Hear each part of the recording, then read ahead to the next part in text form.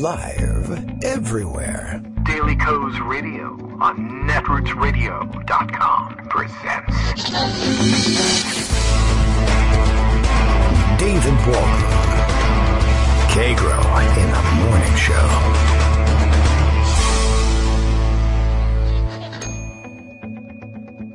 Now, here's David Waldman. Hey, good morning, everybody. How you doing? There's the button. I knew the button was there somewhere. This is always a bad sign when the mute button starts refusing to work in the morning. Although, I mean, it was working very well. I guess it refuses to stop working. So maybe that should be taken as a good sign. I don't know. Well, we'll figure it all out eventually. A few seconds behind on our daily start anyway. It's getting to be that point in the spring break where we forget how to get up and conduct ourselves in the morning. So it will always be, it's always exciting to send the kids back to school after a week like that. You forget all the morning routines. All right, and a little bit exhausted from yet more scout mulching work, just keeping you up to date on how things are going here in the household / world headquarters for Kagro in the Morning. Daily Co's Radio, though, is live now. We can at least rely on Bill to have the routine down. He tells us all the way from Portland, Maine, that we are live, and we follow those instructions. Kagro X, hi, that's me, David Waldman. Here's rumors that Trump is planning to fire his Secretary of Ketchup. Big if true. Always in the offing, the firing of any secretary, of course, most especially a Secretary of Ketchup. These are the things that are extremely important to Donald Trump, and he pays close attention to them. Close attention being paid at the moment to the ratings for the Roseanne Barr show. I guess Roseanne has revived her, what was it, 80s, 90s television show? 90s, I guess, right? And I used to see it. I don't think I ever recall waiting anxiously for the next episode or anything like that. But it was real, and I remember it, and it's come back now, and apparently everyone is supposed to be panicked because Roseanne, in the new iteration of the show, plays a Trump fan, and she is, in fact, a Trump fan. And I guess everybody's worried that she's going to try and turn her show into pro-Trump propaganda.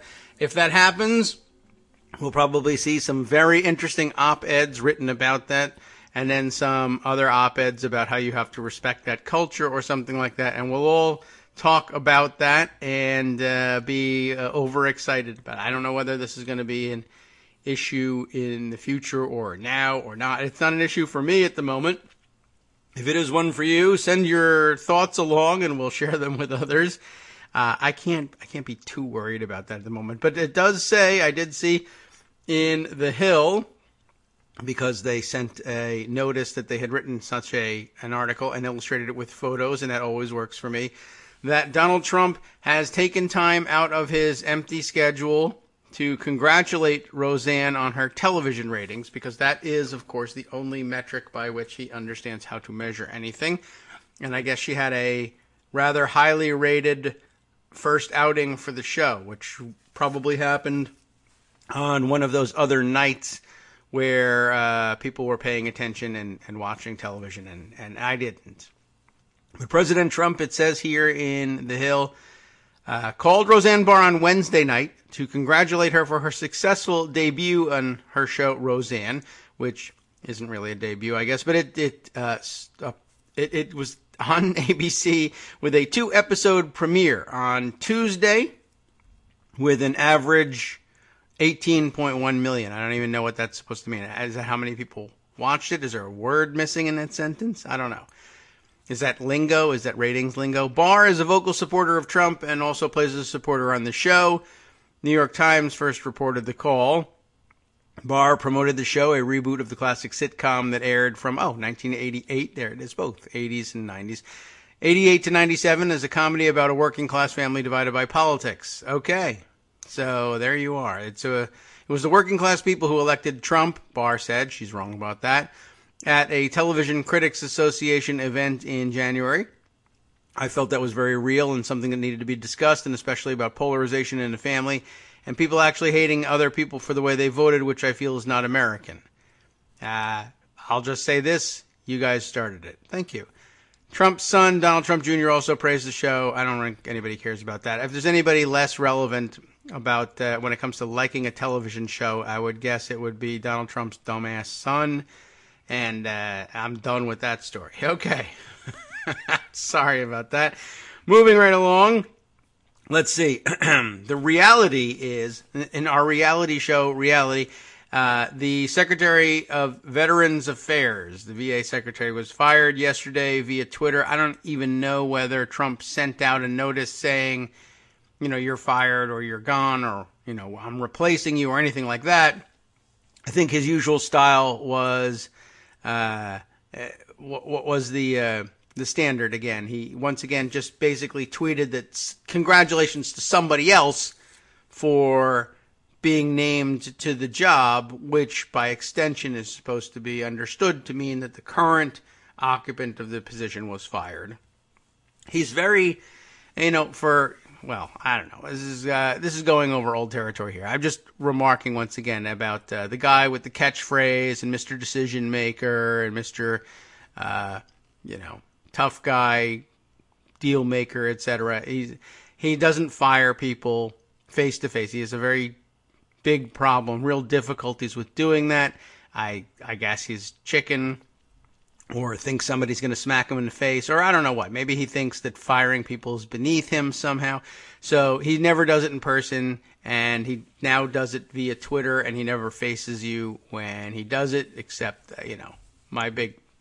his big signature phrase, etc. And I believe I was reminded yesterday, and I think my wife is the one, she reminded me of it, but I guess she caught the strange irony, one more that we throw in with the VA secretary. I guess apparently at some point Trump had remarked publicly that I believe the situation was that there was new legislation in the offing, or maybe he was simply imagining it. Maybe I'm imagining it. I don't know.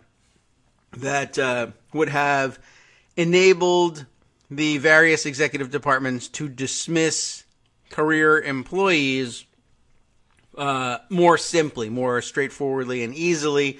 And it was offered up as a method of regaining control of what I'm sure conservatives viewed as out of control executive departments, including the Department of Veterans Affairs, which was very famously having some management issues that definitely needed addressing. Donald Trump's version of taking care of that was making it easier for the secretary to fire incompetent, whatever that meant, employees inside the VA. And apparently he made some public comments about, well, this will make it easier for you to say my signature line, "You're fired," which I will never have to say to you. And in fact, he never did say it to him. He just simply tweeted out, there's a new Secretary of Veterans Affairs. And as I read through it, it's Ronnie Jackson, his first admiral. Congratulations. This is the first time he's acknowledged admirals are high-ranking military officers. And the way he acknowledges that someone is a high-ranking military officer is he appoints him to his cabinet. And Ronnie Jackson was the doctor who examined him and agreed to say out loud that he was 239 pounds and 6'3". So the big payoff, I guess, is Secretary of Veterans Affairs. I don't know if he was looking for that, but he got it. And I will say a big job, big step up, big moment in the spotlight. I will say to Admiral Johnson, is it? I'm sorry. Good luck repairing your reputation after Trump trashes you. And you will be trashed. Congratulations, though, and I hope you enjoy the next 9 months of service in the government before you are fired forever. Okay. Greg Dworkin is here. I have not yet replaced him or tweeted out that I'm going to have somebody else on in his place. So that means you still have a job for which no one pays you. Congratulations, Greg. Hey, every once in a while, David and I will argue about salary because, I want what he pays me tripled. Yes. And he's really good about it. He says, sure, make it so. I know. I'm usually pretty easy about things like that. This time you're fired, though. Oh, okay. Well, make that so, too. You're hired. I sent a tweet, which I thought was pretty funny. Simon Malloy. You remember that kid who wrote Trump saying, "I'd like to mow your lawn, Mr. President"? I remember the picture. Yes, I don't remember how he So ended there's up a there. picture of a kid, Yeah. in shorts and a red T-shirt, mowing the lawn with Trump looking on, because of course Trump gave the kid the honor of doing something for free for me. Why not? Yes, right. Simon Malloy tweeted that picture, Yeah. and in the picture, Trump didn't look particularly comfortable. He's sitting there with his suit, with his too long tie, Yeah. and you could just picture him yelling at the kid, "Get off my lawn!" Right? But Is that's he not not what doing that that? picture was. Oh. So Simon Malloy tweets the picture, and the caption is, "Hey kid, how much do you know about housing and urban development?" Yeah, this kid is Because going to that's get the way he hired. recruits. I mean, he doesn't do it based Yeah. on expertise. No. He does it based on how do you look on TV. Yeah, and I don't even know how good that Well, it was kid a great looks on TV. picture, so he It's a figured nice- the kid was okay, right? Well, yeah, he's for Got on shot from Fox behind. News. I don't know. He could have, Hey, you gigantic got on Fox fangs. News and defended me. That's all the qualifications you need for, let me look here on my clipboard, this particular position. Secretary So, of Lawn. And, I joked about this the other day, so his next move, probably after firing Ben Carson and replacing it with this kid, is going to tackle Secretary of Sports. Mm-hmm. And he's going to bring in OJ because, OJ looks good on TV, so why not? Sure. Well, does he still have it? Does he still look good on TV? Well, does Trump really know? Does he really care? Does he pay attention? He just makes up his mind. He just does stuff. Yeah, and it's all. It's very often is based on how you looked in the 80s. So maybe. Yeah, You we're never back know. 80s, 90s stuff. So I'll have a comment on Roseanne in a minute. But, I have to say, as a physician, as a doc, Yes. being a doctor has nothing whatsoever to do with being talented as an administrator. You can be a great doc and a terrible administrator.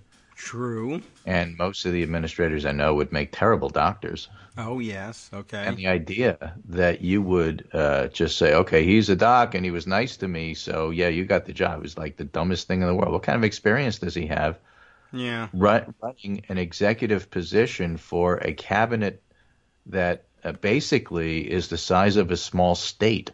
One of the reasons that it was And very yet weighs common 239 pounds. ever since the Bushes, and I think this is a good idea.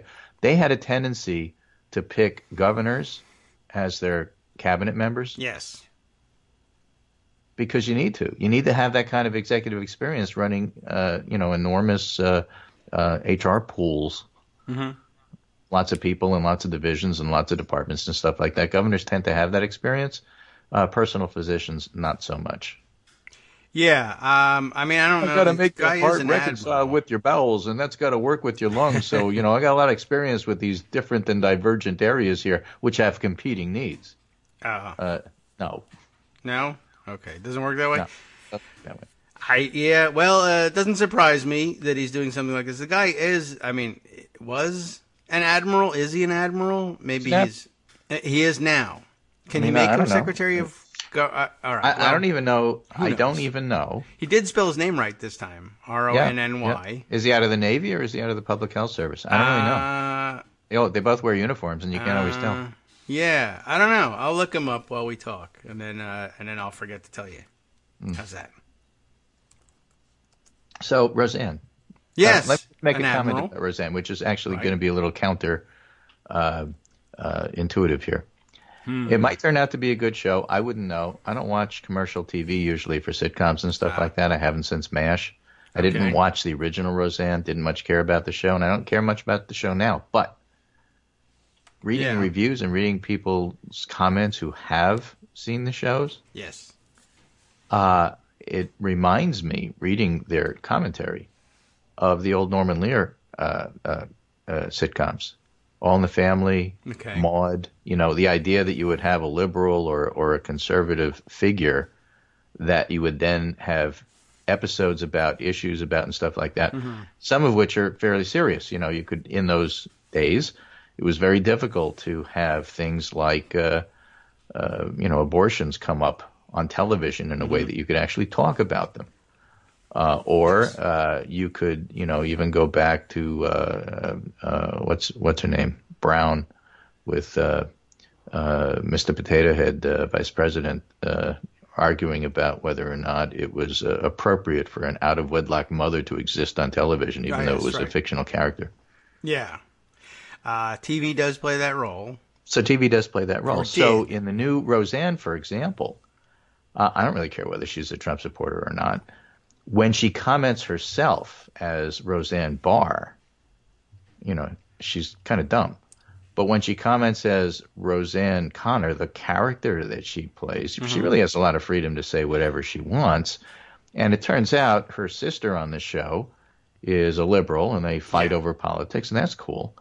And they also bring up other issues that do come up in real life, and one of them I thought might be of interest. I read, again, I didn't see, but I read that one of the issues is the husband on the show realized he's got a bunch of kids in the house, and by the way, he's got a gun, but it's been so long since he used it, he can't really remember where it is.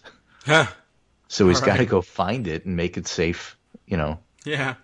Which is a reasonable issue to bring up. Yeah, and it's absolutely. done in a way that is not going to offend Trump. I would like very much to see, I have said, I would like very much to see on television and in movies for gun owners to be shown on screen properly rendering their weapons safe, quote-unquote safe, as I like to say, to unload them without accidentally shooting themselves or forgetting with a semi-automatic weapon that there's or perhaps a round in the chamber.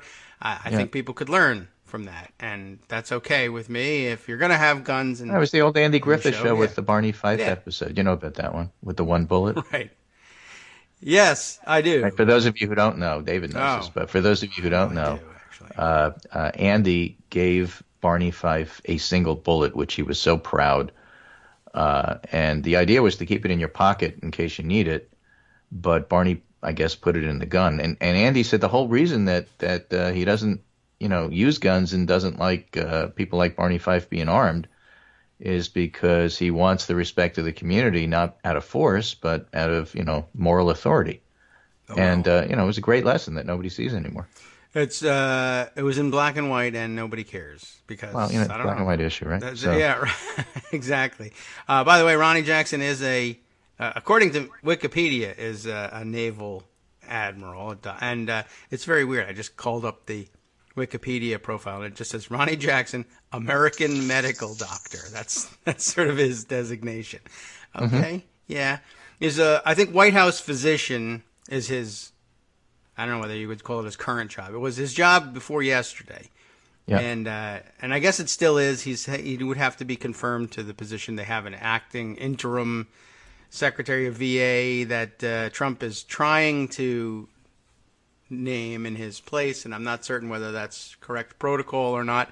Not that he cares, but that's the story. So Ronnie Jackson, and he was the one who conducted his last physical, and for whatever reason agreed to say he was 6'3", 239. Right. Yeah, and as everybody noted on Twitter, if the guy could make Trump 6'3" and less than 240 pounds, he could probably fix the VA. That might have been it. He's a real miracle worker. Absolutely. Look what he could do with Trump. You don't just wake up and become an admiral. It takes several years. So we could go several ways with this. I have a bunch of stuff here. You want to talk about gunsplaining, or you want to talk about Trump's approval ratings? Oh, both of them are kind of annoying. Let's start with the gunsplaining. Okay. What's going on? Well, this is an interesting piece from David A. French, one of the more avid gun defenders. Yeah. As you know, he's been writing series about this. The reason he's been writing a series about this is he has to. The reason he has to is the Parkland kids are making everybody defend their positions. So he's got one in National Review called In Defense of Gunsplaining. All right. Where he tries to lay out why gun rights people online are so frickin' obnoxious about this. Yes. Okay. And he lays out the logic, and I just thought that was useful. Okay. I think I know it, but not everybody does. Okay. And so what he says is one gets the impression that all too many members of the media and all too many activists don't want to know anything more about guns. All right, yes. They've made the decision they need to make. Guns are bad, and the rest is a distraction to them. The gun control argument isn't a technical argument at all. It's fundamentally a moral argument, and in this moral argument, the actual effectiveness of any given law is less important than its intent, or at least its ability in some ways to chip away at American gun culture. Which doesn't really exist. Okay. Well, I mean, you can fist that, and we will. But he's right. In other words, there are people. So he goes on to. all. He's right in the sense that this is what the gun culture folks do. So Americans don't give away their freedoms willingly, and they're especially unwilling to limit their liberties in response to arguments based in ignorance, sprinkled with condescension and moral superiority. So, so much for this abiding gun owners respond by gunsplaining, and they find that when they gunsplain, they tend to win. Who's wrong about that, of course, but ignorance is a plague, and the gun rights community is eager to provide the cure. And of course, everything is wrong with that. Yep. Start at the beginning. One gets the impression that all too many members of the media and all too many activists don't want to know anything more about guns. He's right about that. Some of us really don't care. Yeah. About whether this is a center-loading assault-style rifle or whether you call it something else. Mm-hmm. We really don't care. They've made the decision they need to make guns are bad and the rest is a distraction. In this case, we're talking about the fact that high-capacity or high-velocity weapons, which are designed to maim and destroy organs so that you can't put them back together, designed to kill, are really not a good thing. So, yeah, those are bad. And to them, he says, the gun control argument isn't a technical argument at all. He's right. So when somebody comes and says to you, you are no longer qualified to talk about this because you said this and really it's that, he's correct that we say, well, that's really silly. He's correct when he says that. We do say that. We do. And I think increasingly they're writing themselves out of a conversation that they think they're winning. Yeah, that's the funny part. It's fundamentally a moral argument. In this moral argument, the actual effectiveness of any given law is less important than its intent.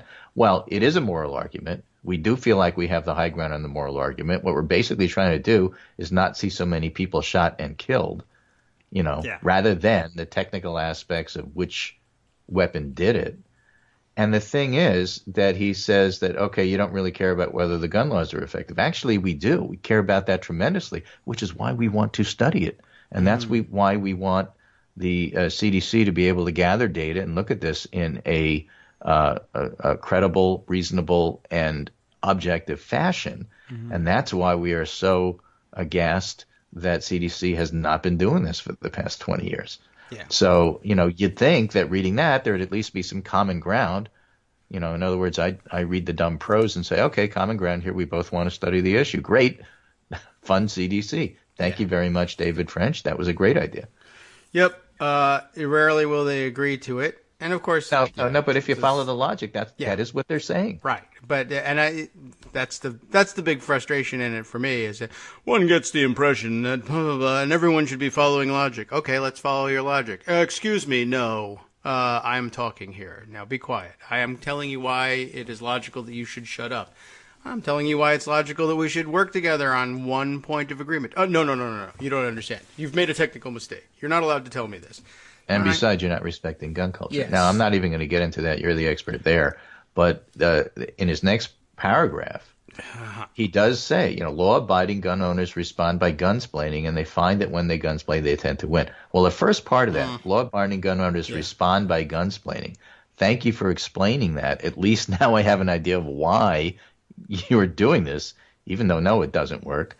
And this is the classic situation of, do you want to win their minds or do you want to win their hearts if you want to win an argument? And the answer, obviously, is you want to win their hearts. We've been talking about this ad nauseum, 2016 elections and before and since. You don't win elections by having policy positions. You win elections by convincing people that they prefer you or your tribe or whatever it is you do. But that's how elections are won or lost. And you don't win a gunsplaining argument by doing more gunsplaining. We were talking about this online this morning, and one of the commenters, North Bronx Dem, says, it's kind of like when somebody virus-splains to me. Once I understand the difference between the smallpox and the polio viruses, I better understand why I wouldn't want to get vaccinated. Okay. I mean, who cares about the difference between smallpox and polio? You're going to make up your mind to not get vaccinated, not on facts. Let's not stretch this and say this. Well, this is one of those situations where, we are just mimicking the German philosophers here, and and lay everything out here. It's Aristotelian and it's Platonic, and you just got to follow. And QED, I won the argument. Yeah. Well, not really. No, I don't know whether they know the difference. It may just be that they don't know the difference between I'm not listening to you anymore. You don't actually interest me, and they're not answering, so I must have won the argument. It's you're gunsplaining. You tend to win. No, you tend to be ignored. People walk away from you and say, useless to talk to him. He's going to tell me about how many foot pounds of pressure or my there are on this favorite is like you do what we just did, and then conclude, well, this is kind of a dumb argument. Yeah. Oh, now you're getting personal. Yeah, right. Oh, no. Really? I mean, it's about a topic that's dumb. You're losing the argument, so now you have to make yourself the victim? Yeah. Right. So ad hominem attacks. And you see that. That's the Kevin Williamson defense, okay. The National Review guy that was hired by the Atlantic. Oh, yes. Who had said some incredibly defamatory stuff about women and others, and conservatives are circling the wagon. Liberals just don't want to have any of us. They keep finding flaws with all of us. They don't want us to have a job. They don't want us to have a career path. So naturally, they're all piling on this guy who happens to be a terrible person and has said some awful things. But that shouldn't have anything to do with it. This is the what do they want to call it? The marketplace of ideas, the auditorium of ideas. I guess so. The kitchen of ideas. I don't know, whatever they want to do. QVC of ideas. We're supposed to. Yeah, exactly. But the point is, the guy said some really horrible things about specific groups of people, like women. They should all be hung if they get an abortion. That kind of thing. Right. And so why should you hire him? If you do that, you're blocking our path. So we're all going to circle the wagons. And besides, we're always victims. Yes, of course. And we have to be able to include a diversity of opinions in all of that. And he just has this opinion. Yeah, I know. Yeah, and I'm telling you that we have really bad ones. We have an opinion about that opinion. Oh, no. No, you don't. Not allowed to have that. Now you're getting personal. Now we're victims again. I see how this works. All right, we're taking our first break, and we'll be right back. Hi, it's me, David Waldman, your host for Kagro in the Morning, interrupting this little break to say thanks so much to all of you who are contributing supporters of Kagro in the Morning. Thousands of you are downloading the show each day, but fewer than 1 in 25 regular listeners are donating to help keep us on the air. For the money you'd spend on a single 3-minute iTunes song, we bring you 2 hours of great news and entertainment every day, 5 days a week. Patreon.com, Patreon.com makes it easy. You can find us there by searching Kagro X or David Waldman or Kagro in the Morning or even Daily Coast Radio in their search box, and you'll be right where you need to be to make easy, recurring monthly contributions to support our show. Once again, thanks so much for your support.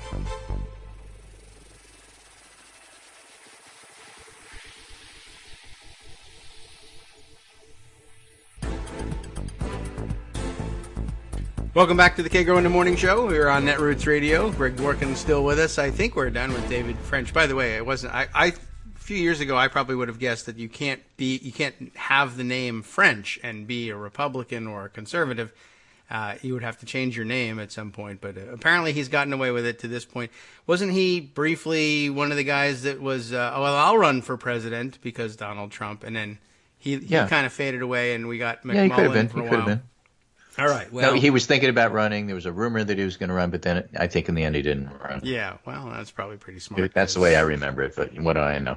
So in this article, he has 3 things he wants to make clear. And again, I think that they're worth going over as annoying as they may be.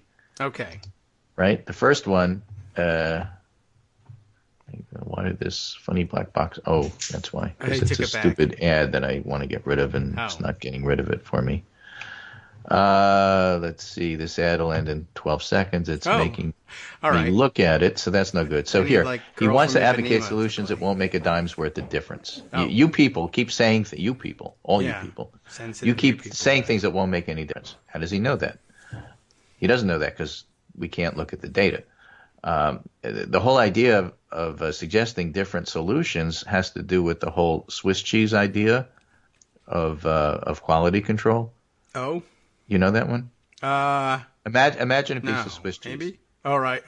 Okay. This is the prevention of having something bad happen, but there's all these holes in your wall so things can get through. So have a second slice of Swiss cheese, only now do it at a 90-degree angle so the holes don't line up. There's still some holes. There's smaller holes, some half holes, but now it's harder to get through that barrier.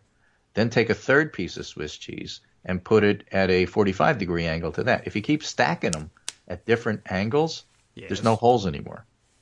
So something that'll stop one won't stop something else. But when you put them all together, it's very difficult to get through. That's the whole idea of advocating different solutions. I see. So picking one out and saying, well, that won't make a difference is like saying, okay, well, you want to ban high-capacity magazines, but that guy over there, when he shot up a movie theater or shot somebody in Arizona, well, they used something different, therefore it wouldn't have worked. Yeah, but this other solution over here would have prevented that guy from doing it. Yeah, but that wouldn't have worked in Newtown. Okay, but doing something over here that would have helped Newtown. Yeah, but that wouldn't work over there in San Bernardino. But if you do all of them, then it may well help somebody else somewhere else. Right, or sometimes you might miss one. Oh. And, So another one he says, and this is one of the funnier ones. It's common to see activists and marchers consistently say things that just aren't true. Oh, yeah, so common. Like signs from the March of Our Lives. Those are excellent policy positions. If you can paint it on a sign, it has to be law. It's constitutional. Yeah. It was harder to buy this poster board than an AR-15, for example, or I want to live in a world where guns are harder to get than Hamilton tickets. People routinely pretend that gun sales are virtually unregulated, or even machine guns are somehow easy to purchase. Right? Use the word machine gun, therefore you're not qualified to, have this discussion anymore. Oh, yes. And again, you could pick out things that aren't true or are exaggerations or slightly not true, and it still doesn't, change the point of any of it. But, somehow or other, that's a big deal. And then the third one is the proposed solution. This is, David and I were talking about this during the break. The proposed solutions betray an extraordinary ignorance of the realities of gun ownership. Oh, yeah. Okay? And he uses the example of banning high-capacity magazines. Usually, a magazine holding more than 10 rounds. Okay. But a ban on 10-round magazines is a ban on the standard capacity magazine in tens of millions of guns that Americans use for self-defense. He carries a Ruger SR9, and it comes with 17 rounds. Okay. Right? Yes. And dozens of other popular guns also come with magazines of similar sizes. Mm-hmm.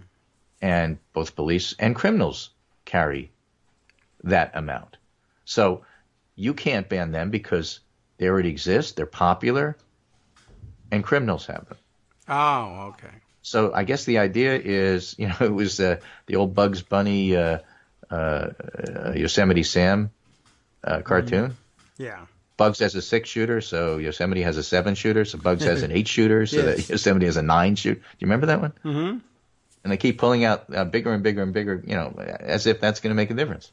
Yeah. You really think you're going to sit there and get into a shootout with somebody and then win? That's why you need 17 rounds? It was in the movies. So, the Dirty Harry movie. I know what you're thinking. Did he fire, was it 5 shots or 6? Well, it doesn't matter because I have a Ruger and it's a 17 round capacity. So this whole scene is no longer interesting. Blam. Now again, he's right in the sense that a lot of the things that are proposed, like I don't want to ban all the guns, I only want to ban, semi-automatics. Right. Well, that is millions of guns. Yes. I don't want to ban them all. I just want to ban the ones that, have capacity for more than 10 rounds. That is millions of guns. Mm-hmm. That's okay. Yeah. All right. That's fine. You're talking about millions and millions of guns. Yeah. Okay. Oh, well. Yeah. By the way, in the middle of all this, and people don't understand how guns work, and so therefore yada yada. This is a good place to remind everybody once again that all semi-automatic weapons, if you want to describe what a bump stock does to an AR-15 or any other assault rifle or any gun at all, you might as well point out that, as the president said, it makes things fire as though they are machine guns. The way people commonly understand machine guns to be firing repetitively, very quickly, just unloading an entire clip with one one pull of the trigger. And any semi-automatic weapon can work that way. Largely, it sometimes comes as a surprise to people, but it's true, and it has to do with the fact that the NRA and other pro-gun lobbyists essentially convinced everybody that adding semi to the description was going to make a big difference, and everyone would understand those to be different kinds of guns. And though they technically function differently, they can all be fired the same way. And if you're worried about that kind of repetitive fire, then yeah, you got hoodwinked a long time ago when the gun culture told us that there was something different about these guns. There isn't. So the whole thing's based on a lie. You want to logic this out? Let's do it. You've been wrong for 100 years. And millions of guns are going to have to come off the street. Or you need to admit that all of these things can do this and that millions of people are walking around with potential machine guns in their pocket. Say so.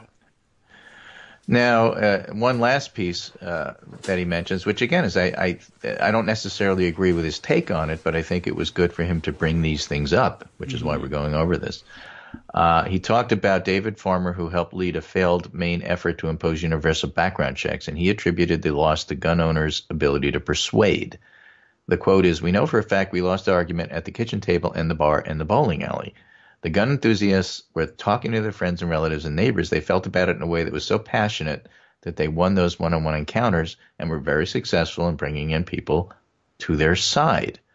So French makes the point, well, that's always the way because we're always better, more informed, more passionate, yada, yada, yada. But the reason I bring this up isn't because he's wrong. He's wrong about a lot of stuff. The reason I bring this up is because this is exactly and precisely the reason that the gun rights folks hate the Parkland kids.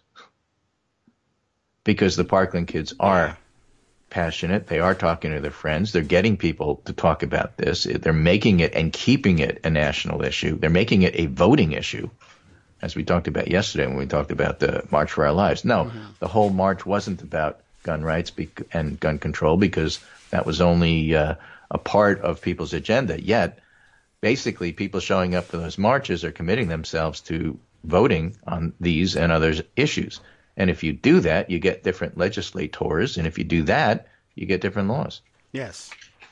Although I assume that he thinks that there's some natural order that would almost always emerge from rational legislating and coupled with passionate thinking, right? Because if you do that, you're always going to come down on my side. He essentially is writing. One must assume exactly that. Yes, quite. Yeah, quite. Take the monocle out of your eye, would you? Yeah. And shove it up your nose. So the whole idea is that, we have the passion on our side. Well, you did, but maybe now you don't. And that's, since the Parkland kids are changing that equation, that's one of the reasons why you're mad at them and keep attacking them personally. Mm-hmm. Which this particular magazine, National Review, is doing lots of because there's a lot of gun rights folks who write there.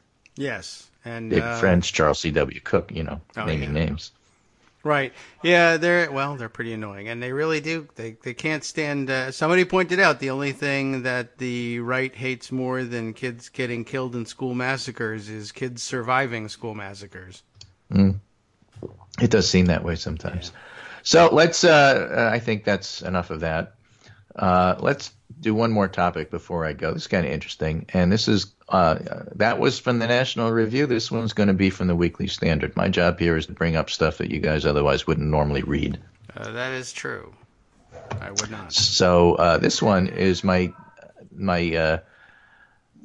friend David Byler, who's a data guy at the Weekly Standard. He used to be at Real Clear Politics. Okay. And the title is The Gritty Details of Trump's Approval Ratings. 3 takeaways about the president from a great Survey Monkey series. Please take the president away. Yeah. Everybody knows President Trump is historically unpopular, and his low approval rating is putting Republicans in real danger of losing at least the House in 2018. Oh. At this point, that's old news. Awesome. But not everybody has a good grasp on the granular parts of presidential approval. Okay. How intensely people feel about the president, which groups do and don't like him, and how much that matters for the midterms and our understanding of public opinion in the Trump era more generally. So that's why he, David Byler, spent some time with a new centralized data set from SurveyMonkey that deals with these questions. Okay? So, number one, there aren't and never have been many lukewarm Trump disapprovers. Disapprovers, all right. Right? The conventional wisdom on politics is often wrong. But these polls show it's right about one thing. Americans who don't like Trump really don't like him. Yeah. Okay? And then he has a graph here. This is from SurveyMonkey. And it's a pretty steady graph from the time of inauguration till now. Most Americans who disapprove of Trump strongly disapprove of him in the 80% range. Like, if you don't like him, you hate him. Yeah. Easy. Easy, okay? And that makes sense, right? But it's a very, very steady line. All right. And are you reading along with me? I am. Okay. I'm looking for For the those of graph. you who are reading There it along is. with us in radio, it's in the Weekly Standard by David Byler. And the red line is people who strongly disapprove of Trump, and the blue line is only moderately. Okay, those are So steady. 20% only moderately disapprove, and presumably they're swayable. They could move, and yet it's funny because the lines are pretty steady. It really hasn't moved at all. I see. I'd like Okay. to persuade moderate dislikers to become intense dislikers. Exactly. So the top line tells most of the story. If you put every American who disapproves of Trump in a room and pick somebody randomly, the odds of picking a strong disapprover would be greater than 3-1. Okay. Yeah, that seems about right. All right, so that's pretty good. And as David points out, this is a problem for down ballot Republicans. Democrats have won some pretty high profile races, like the special election in Pennsylvania 18, partially by riding strong anti-Trump sentiment. The president has motivated Democrats to turn out at a high rate while driving more typical GOP voters to cast their ballot for the blue team. And that anti-Trump enthusiasm is part of the reason Democrats are currently the favorites to take the House in November. All right. Okay? Yes. So, the idea that, oh, well, Democrats have to have a platform besides anti-Trump. Actually, no, they don't. Not for a midterm. Maybe they do in 2020. We'll see. But not even there yet. If we're talking about November, anti-Trump sentiment is pretty powerful. Pretty powerful all by itself. Yes. Well, he makes it extraordinarily easy to get away with that. Right. Second point. Trump's base, you'll like this because, like, you've heard it from me. Okay. Trump's base is more divided than many think. Oh. The conventional wisdom is a little less helpful when it comes to Trump supporters. Diehard Trump supporters have garnered a lot of media attention because, like, you can go to West Virginia and interview them at a McDonald's or Ohio. Times sends people to do that all the time. But not every Trump approver is enthusiastic. This graphic is nearly identical to the previous one. The difference is we're comparing strong Trump approvers this time, not disapprovers, and those who only somewhat approve, and the lines are very close to each other. It's All not right. 80-20. If you hate him, 80% really hate him. In this one, it's a lot closer to 50-50 or 60-40. Okay? And that is to say, 40% only somewhat approve. All right. Okay? Right? And in most of SurveyMonkey's polls, strong Trump approvers outnumbers those who approve somewhat, but the split isn't lopsided. Maybe more interestingly, the mix of somewhat and strong Trump disapprovers seems to have changed a little over time. Every poll is noisy, so the shift shouldn't be overinterpreted. But the lack of stability in the graphic compared to the last one suggests that Trump supporters aren't immovable. Sometimes they go from supporting Trump enthusiastically to being lukewarm, and sometimes they go from approving him to not approving him, and then back. So that's another problem for the GOP in the midterm elections. Now, we noted this the other day. When we're looking at, for example, you can look at Civics, which is Daily Cause's associated polling that does polling every day and does tracking polls. That's Drew Linzer, the political scientist, who's behind that. Okay. And if you go and you look at their a generic ballot, All right. generally it varies between a 7-point Dem lead to a 10-point Dem lead. Okay. Yes. And what's the variation there? Is it voting for the Democrats? No, it is not. The variation is in the Republican side. The Democrats have a completely, totally straight line. Actually, I'm going to send this to you now so you can go look at it for yourself. Now I can see it. You asked the question, and I said, I don't know. Should I say I don't know or just sit here and not know? You can do that. Now I'll look. Now But I'll if know. you go look, and you'll see that the blue line for the Democrats is like absolutely a straight line. It just doesn't vary. 46% of the public wants to vote for a That Democrat. is pretty straight. Right?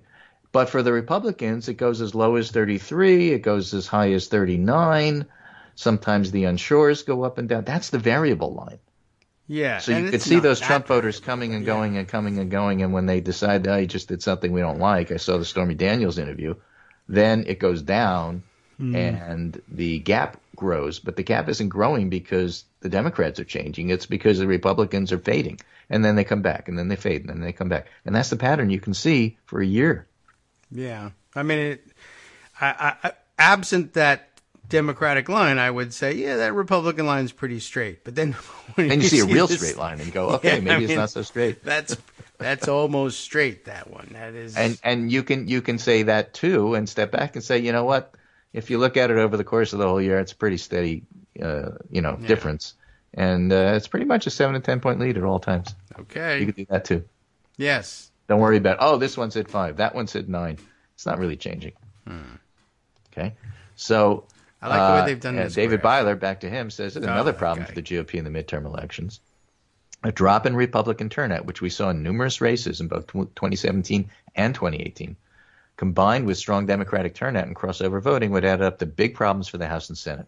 Figuring out the exact odds of a Democratic House or Senate takeover is trickier, but lower GOP turnout is one possible ingredient of a bad midterm performance. So rather than looking at that wavering GOP line as a marker of what the vote is going to be, you can look and say, well, the Democrats are more enthusiastic because they're steady, and the Republicans are less enthusiastic because they vary.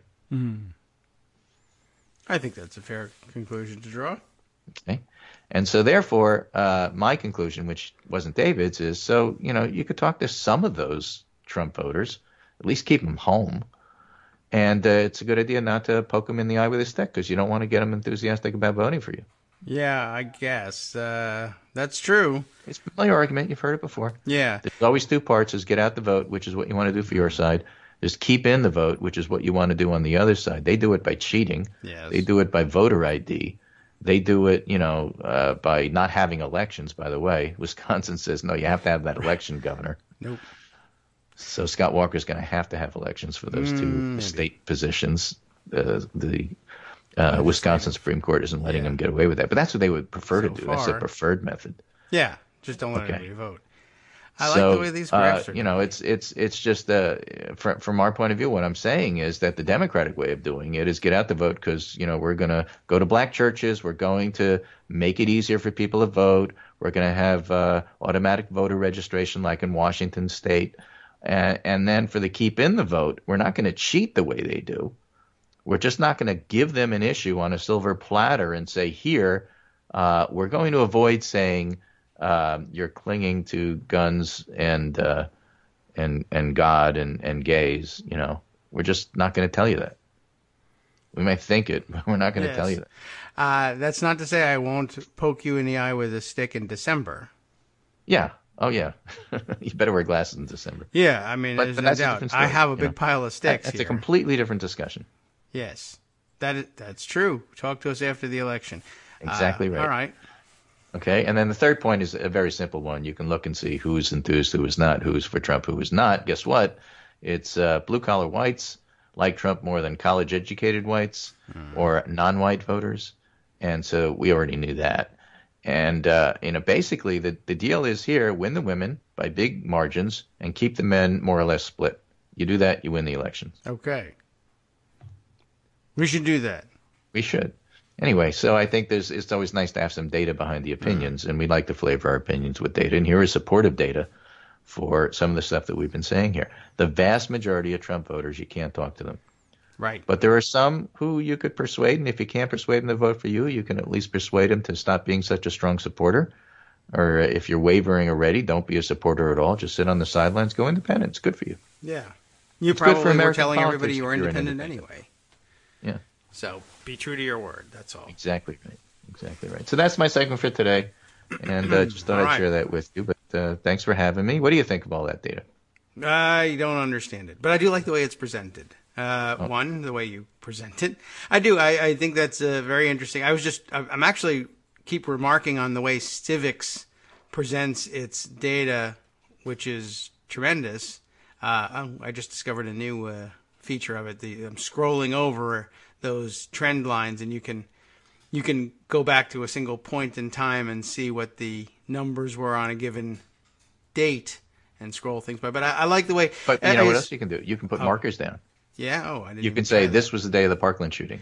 Oh. This was the day of the Columbine shooting. You know, that kind of thing. And then look and see what's the gun support. What's the Right. support for gun safety?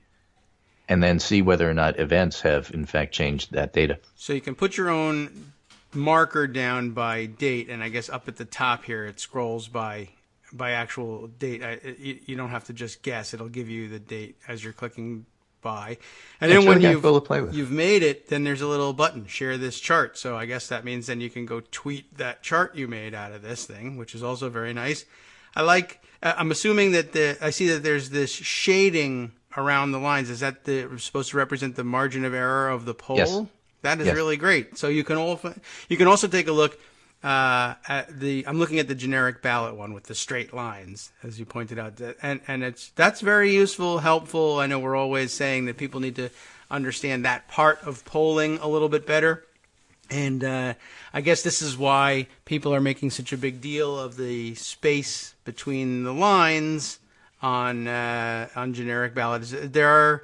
There's a lot of that, especially over the latter part of last year, where even with the margins of error, these lines don't overlap. But you can see very easily visually by the shading getting darker, or even minutia, minute details like the margins of error overlapping happen, and see where things are getting, when they say things are tightening. And I suppose that's why maybe people are pointing at things, or maybe just because they want it to sound like it's getting to be a tighter race. But I guess of late, there's been more overlap in the margin of error, even though those lines aren't really getting very close to one another. It's interesting, and it's a good way of reminding yourself what you're really talking about here when you say it's 46-39. Well, it could be, I don't know what the margin is on this, but is assuming a 5%, for instance. Could it really be the other way around? At the moment it could, but it hasn't been that way for a long time. No, the bigger issue with this particular measure, which is the generic ballot, isn't who's winning. The Democrats are. That's not even in question. The point there is how much of a margin do you have to overcome both gerrymandering and the natural tendency for Democrats to cluster in cities, so you get strong Democratic votes, which matter for statewide races. But if you're talking about individual districts, you can have all your Democrats live in the city. None of your Democrats live in the rural areas, and there's 9 rural areas in one city district, and therefore you lose most of the districts. And that's what we're talking about when we talk about the House.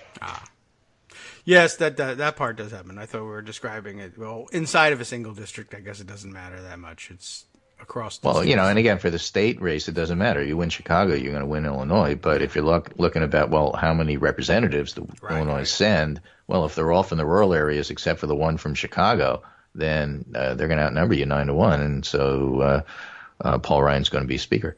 Yep. Not that he's going to do anything with it. I'm making up the numbers. I don't know what the numbers are, but it's the concept there. Yes. And therefore, I'm not qualified to talk about this because, I just said something that wasn't true. My Illinois has 17 in it. Yeah, you go. There you go. Can't can't tell me anything. Can't argue with logic, right? So, right. I think what David French needs is a margin of error for his opinions so that we can get a better idea of whether it's a tight opinion or there's a really wide margin of error on that opinion and it's just making it up. So that'd be very helpful, but unfortunately we're not there yet. Maybe next year. Yeah, well, if he could find somebody else to publish his stuff, maybe he'd get the audience he needs. But in the meantime, he's talking to gunsplainers about gunsplaining, and I guess they're enjoying it and all. He's just not talking to anybody who's going to help. Right, I suppose. So with that, I'll call it quits for today. This is Greg Dworkin speaking with my good friend David Waldman Kagro in the morning, who'll carry you through for not only the rest of this show today, but for tomorrow as well. And I will be back on Monday. Okay, very good. Thanks, Greg. We look forward to that. Oh, you know what? We're going to have to probably talk about Monday because there's a whole holiday thing going on. Oh, yeah, maybe. Again. So we might run into that as a speed bump, and I'll tell you what's going on as soon as I figure it out. Right. When David doesn't have a show, I just talk to my computer for about 35 minutes from 9 to 9:45. And, the only question is, do I call in or do I not?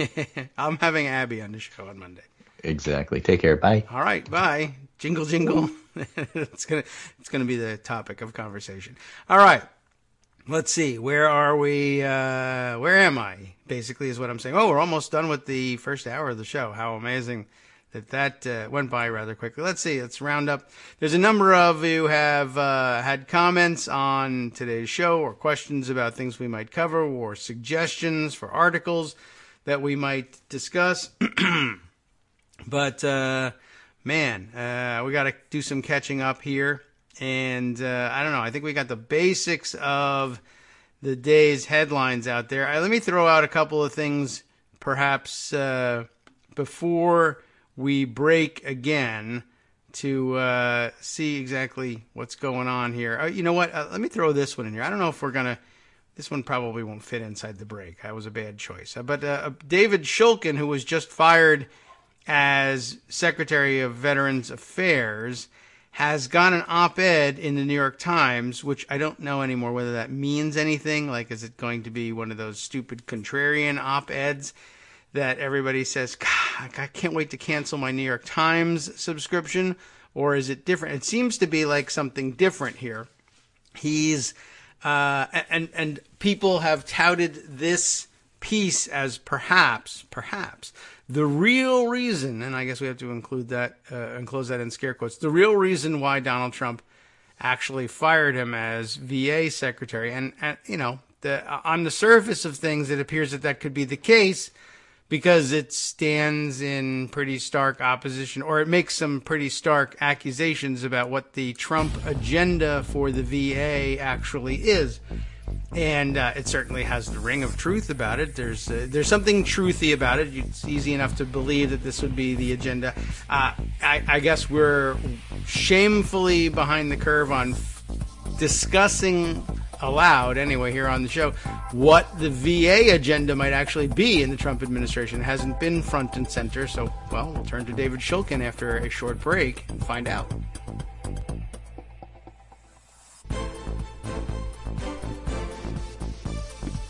Welcome back now to the Kagro in the Morning Show here on Netroots Radio.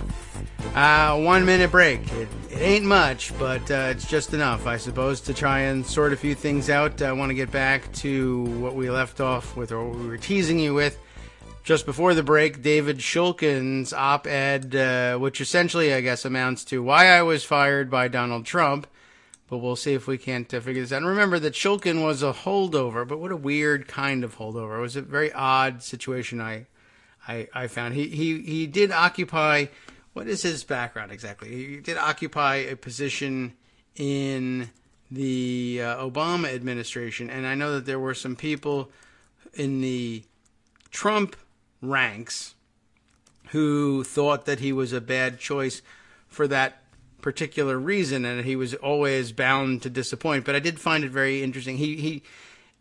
Shulkin, I guess, outwardly anyway, to those of us watching the news and looking for reasons to hate on Donald Trump, to be honest, found it very easy to believe that Shulkin had adapted to the Trump culture very quickly by becoming some sort of weird, corrupt figure in the Trump tradition very, very quickly. All right, so let's see here.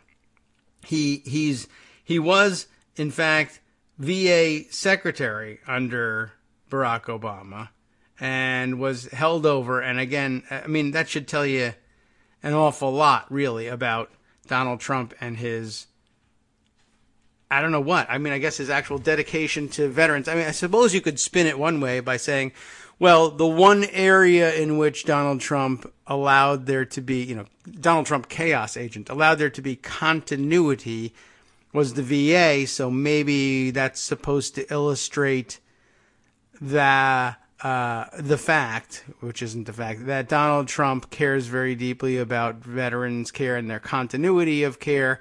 And so he decided to forego the opportunity to name his own person as Secretary of Veterans Affairs at the outset in order to guarantee that veterans would have that continuity of care, even despite the fact that he loves to hire and fire so much. He was going to forego this on behalf of the veterans. Or another way to look at it was Donald Trump was talking out of his whatever you would be talking out of if you didn't mean it. I never really, as fun as it is to say, the guy's talking out of his ass.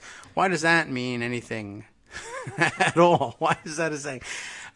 People sometimes say talking out of his hat, although I suspect that, and that's probably the origin of it, talking out of his hat, like mumbling into your hat so that you're dissembling the whole way and not quite being caught about it, I suppose is the etymology of that term. But the other argument, the other spin on this is Trump had never did have any real idea about what he wanted to do about the VA. He understood that it had appeared in the headlines as a problem for Barack Obama, and so therefore he jumped on that bandwagon. But he didn't have any real idea about how to fix it or any real desire to fix it, and so he just left the other person in place because, I don't know, I don't even know any veterans. I'm very far removed from this whole situation, and I got nothing to say, and so therefore the other guy can just stay there. So, yeah, the background, the Wikipedia version of the background on Shulkin is that he's named by Obama as Undersecretary of Veterans Affairs in 2015, and let's see, where are we going on from here? After the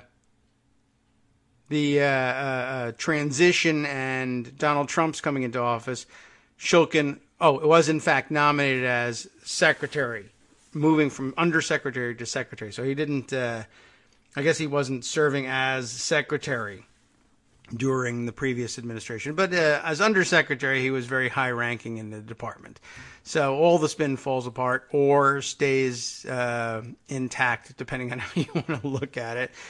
At any rate, so there's some reason to believe that he might actually harbor these feelings about why, or about the issues that he believes, or others believe, I guess, observers believe might actually have been behind his firing. And let's take a look at that because we've got his op-ed here, and then we'll flip-flop back and forth between issues as we review the comments that have come in during the day. But I've started down this path. Let's go ahead. Shulkin writes, "It has been my greatest professional honor to serve our country's more than 20 million veterans." Bad start sentence, but okay. A little awkward. "Almost 3 years ago, I left my private sector job running hospitals and came to Washington to repay my gratitude to the men and women who put their lives on the line for our country." That's nice. "I believe strongly in the mission of the Department of Veterans Affairs, and nothing about my political experience in Washington could ever change that. I also believe that maintaining a strong VA is an essential piece of the puzzle that is the United States national security system." I think that's well stated. "We can only expect our sons and daughters to risk their lives and fight for our freedom if we can keep our promise to care for them when they return home broken, injured, or traumatized." I certainly view that as the more humane way of asking our sons and daughters to risk their lives. I don't know whether that's sufficient, and I don't know whether it's a deal breaker if you take it away, but it's a good idea nonetheless. "There is no excuse for not holding up our end of the bargain. The mission set forth by President Abraham Lincoln to care for those who have borne the battle is a sacred duty that I will remain committed to always. During my tenure at the department, we have accomplished a tremendous amount. We passed critical legislation." Well, you didn't, but the Congress did, barely. "We passed critical legislation that improved the appeals process for veterans." Actually, I don't know what the margin was on that, but the fact that what I'm saying here is that the Congress was barely functioning, regardless of what the margin was. So critical legislation that improved the appeals process for veterans seeking disability benefits, enacted a new GI Bill, and helped ensure that we hire the right people to work at the department. We have expanded access to health care by reducing wait times, increasing productivity, and working more closely with the private sector. We have put in place more and better mental health services for those suffering from the invisible wounds of war. Nice phrasing. We are now processing more disability claims and appeals than ever before, and for the first time allowing veterans to see the status of their appeals by simply logging on to their accounts. Unemployment among veterans is near its lowest level in years at 3.5%. And the percent of veterans who have regained trust in VA services has risen to 70% from 46% 4 years ago. It seems that these successes within the department have intensified the ambitions of people who want to put VA healthcare in the hands of the private sector. That seems to be the issue here. I believe differences in philosophy deserve robust debate, and solutions should be determined based on the merits of the arguments. Haha, that's quaint.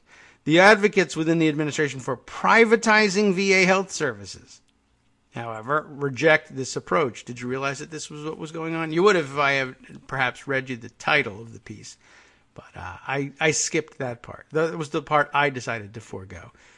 They saw me as an obstacle to privatization who had to be removed.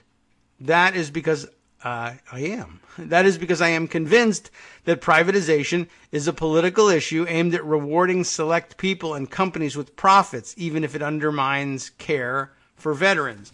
That's a very loaded way of putting it there, and very true. So I want to repeat it. It's because, he says, I am convinced that privatization is a political issue. It's not an economic issue. It's not about saving money, because it usually doesn't. In fact, not only does it not save money, but his stronger point here is it's a political issue because it's aimed really at rewarding select people and companies with profits, whether it does better for veterans or not. And that's the important part. I mean, I don't know that they... Although, I don't know that it's unrelated. I suppose if it actually improved services for veterans, of course, then, of course, advocates of privatization would point to that. But I would suggest that they'd only be able to point to it briefly because the corporate... This is important to put out here, too. I'm going to just diverge from... divert things from Shulkin's article here. This is sort of unstated subtext, I think. I don't know that he would necessarily agree with it, but I think it's important to lay out there and not necessarily inevitable, but very much more likely than the other possible outcomes. If privatized veterans care of any type were both profitable for the private entities that took it over and improved services for veterans along the way, though that would be reported and lauded, and they would be more than happy to publicize that fact and dine out on it for as long as possible, and probably use it as leverage to gain still more control if there was any left in the hands of the public sector, gain more control of more operations for the private sector. My guess is, even outside of all of that stuff, if the private operators who ran a privatized VA found this to be the case, they would begin looking for ways to cut services to veterans in order to make the deal yet more profitable. And they would then, even if they were actually conscientious about the way they were doing it, they would be looking to cut services to bring them back down to the level, basically the minimum acceptable level, or perhaps, politically speaking, the level at which the satisfaction with VA services rested before they hit their peak. In other words, even if it was the case that privatized operators of the veterans care system managed to save money and improve care, they would then be looking to find a way to simply narrow the things, or rather, I shouldn't say save money, but rather, if it were profitable for them and helped people, they would be looking for ways to lower the end of the spectrum where we're measuring how much we're helping people, just so long as we're helping them at a minimum level. Enough, I guess we passed the threshold where we would be fired for it, because that's what corporate operations do. That's really the most basic, stark difference between, I think, a public approach to this and a privatized approach to this.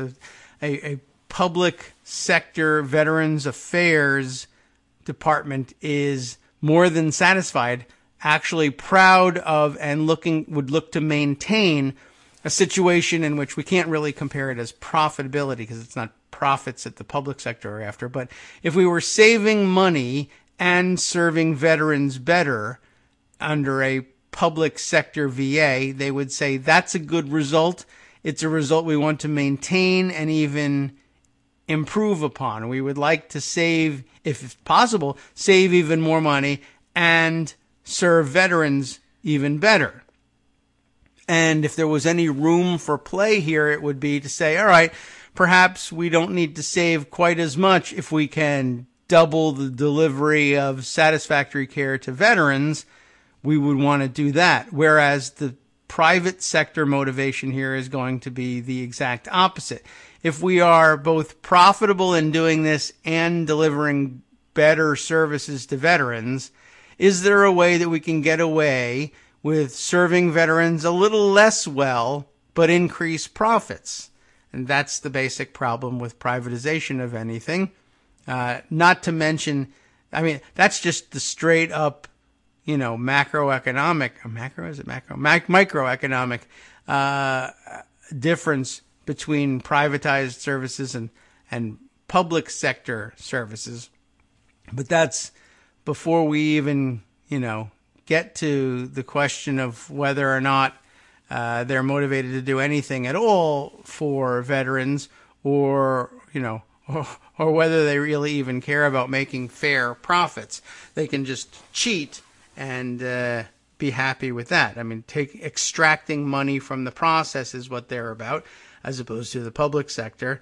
Unless, of course, you're being headed up by an official that's looking to embezzle those funds, and then you have two problems instead of one.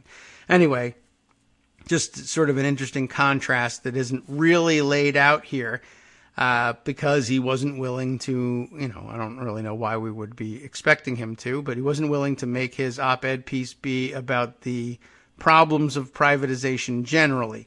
And then he doesn't even get to the issue of historically we've found that privatization of public sector operations doesn't actually save any money, and there's a microeconomic component to that too. There's no motivation to actually do that. Once essentially once a private monopoly is set up in opposition to a public sector expenditure, there's no reason to try and save it any money at all.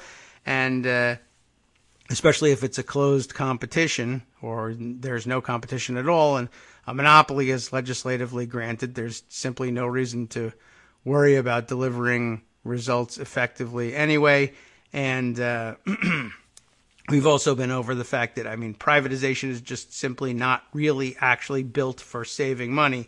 At best, the best you can hope for is somebody finding a way to deliver the same level of services at a break-even point on government expenditures, but even that will be engineered internally to make sure that executive bonuses stay high and the people who are actually getting paid to do the work are paid less. So that's a big problem with privatization too. So anyway, where we left off before we were so rudely interrupted by our own thoughts, we were reading Shulkin's op-ed here. Until the past few months, veterans' issues were dealt with in a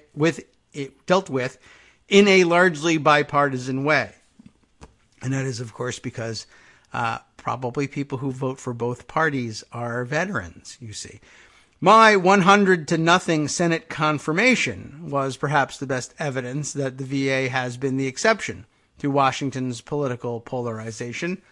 It may be the only evidence, but okay. And it might not even be that strong. Unfortunately, the department has become entangled in a brutal power struggle, with some political appointees choosing to promote their agendas instead of what's best for veterans. I wonder who those people might be. These individuals, who seek to privatize veterans' health care as an alternative to government-run VA care, unfortunately fail to engage in realistic plans regarding who will care for the more than 9 million veterans who rely on the department for life-sustaining care. The private sector, already struggling to provide adequate access to care in many communities, is ill-prepared to handle the number and complexity of patients that would come from closing or downsizing VA hospitals and clinics, particularly when it involves the mental health needs of people scarred by the horrors of war. Working with community providers to adequately ensure that veterans' needs are met is a good practice, but privatization leading to the dismantling of the department's extensive healthcare system is a terrible idea. The department's understanding of service-related health problems, its groundbreaking research, and its special ability to work with military veterans cannot be easily replicated in the private sector. I have fought to stand up for this great department and all that it embodies. In recent months, though, the environment in Washington has turned so toxic, chaotic, disrespectful, and subversive, that it became impossible for me to accomplish the important work that our veterans need and deserve. And I'm sure that is probably the case, but do realize what he's saying here. Like we were just reading 2 paragraphs ago, that his Senate confirmation by a vote of 100-0, as he says, was perhaps the best evidence that the VA has been the exception to Washington's political polarization. Remember, he was confirmed in the beginning of 2017. It is now barely past that point in 2018. So in a little over a year, we went from 100-0 Senate confirmation because it was evidence of the exception, the VA being the exception to the rule inside Washington, and bipartisanship reigned there, to a year later, he's fired, and in recent months, the environment in Washington has turned so toxic, chaotic, disrespectful, and subversive that even in the VA, it has manifested itself in the firing of the VA secretary. How odd and how quickly that happened. In recent months, as he mentions, everything falls to hell, right? And it becomes impossible for me, Shulkin, to accomplish the important work that our veterans need and deserve. I can assure you that I will continue to speak out against those who seek to harm the VA by putting their personal agendas in front of the well-being of our veterans. And now, though, you get to be dismissed as a disgruntled former employee. But okay, I'm glad you will have your voice on that. As many of you know, I am a physician, not a politician. I came to government with an understanding that Washington can be ugly, but I assumed that I could avoid all the ugliness by staying true to my values. Too bad. I have been falsely accused of things by people who wanted me out of the way. But despite these politically based attacks on me and my family's character, I am proud of my record and know that I acted with the utmost integrity. Unfortunately, none of that mattered. LOL YOLO. Nothing matters. Even David Shulkin thinks so. As I prepare to leave government, I am struck by a recurring thought. It should not be this hard to serve your country. Oh well, Donald Trump has made it this hard to serve your country, and we're all very sorry about that. Just thought I'd point that out. It was actually worth, I think, parsing through this just to get, I guess, one insider's opinion about what it's like to come to the Trump cabinet, not from a position of true believer, and I'll do anything you say because I'm, personally a big fan and a huge member of the Donald Trump cult of personality, but because, I don't know, I care about veterans affairs. I've been working here for a little while. You wanted me to help out and keep things going because you have no particular ideas about what you want to do. Oh, well, it turns out, of course, he did have some particular ideas. Or maybe he didn't. I mean, it is possible, probably more likely, that Donald Trump had no particular ideas about it, and he just agreed to allow certain people with whom he had some relationship for one reason or another, maybe they were his tailor or something like that, to take over at the VA. And every once in a while, when you check in with the president or the people who report directly to them, if you say that what is it that you're up to over there? I know you don't have any particular experience in this, but I like you. You look good on television. I put you in charge of things over there. What are you up to? What do you want to do? You can say, even if you have no idea, you just say, privatization. We're going to privatize a lot of the services. Donald Trump is still one of those people who, stuck as he is in the 1980s, believes that is simply a good thing, and that's all you need to know. And, with him as president, that is perhaps all you need to know. You just go ahead from there and say, all right, go on about your business. Don't bother. Please don't tell me about anything. I don't really care what you're doing. All right, let's see. Good point here to pause and look back at some of the comments that have come in over the course of today's show. Let's see. The first one I caught, that caught my attention, Matthew Rigdon, asking about half an hour ago. We were still talking to Greg Dworkin, and he asked, so talking about not giving the other side reasons to come out and vote, that is the not poking them in the eye with a stick prior to the elections anyway, talking about not giving the other side reasons to come out and vote. How much does that Stevens op-ed hurt, or will it fade away long before the election? Good question. It'll have different effects for different people. In the main, my guess is it fades away before the election. Among gun rights nerds that nobody talks to anyway, it will remain, a huge issue forever, and they'll try and hang it around the necks of anybody that disagrees with them over any part of it. If you should decide you want to waste your time discussing issues with them, they'll say, "You remember that time that John Paul Stevens said blah blah?" Yeah, my good pal John Paul Stevens. We were just having a beer, and we were both like, yeah, we should repeal the Second Amendment. He said it first, and I was like, you know me, I'm married to every position you stake out in retirement. I can't imagine that it really does much except with the ultras. And, likewise, probably even the case among liberals, who will likely know very well that citing John Paul Stevens' opinion as a retiree isn't going to change anybody's mind either. It's just an interesting point of view that there's somebody educated and erudite out there who says, we can't simply snap our fingers and get rid of it. It's it's a well-established process for a repeal like that, and we'll never make it to that point. But it's interesting to see a scholarly, serious person stake out the position that the Second Amendment, it's not that he thinks it could be repealed, it's that he thinks, on an academic, on an intellectual level, it's not actually essential to the survival of the Republic. And he finds it easy to envision just simply being able to do without it, and living a lifestyle largely unchanged in the United States. So, there are very few, the people who are inclined to disagree will just continue to disagree. But I would assume that it fades away.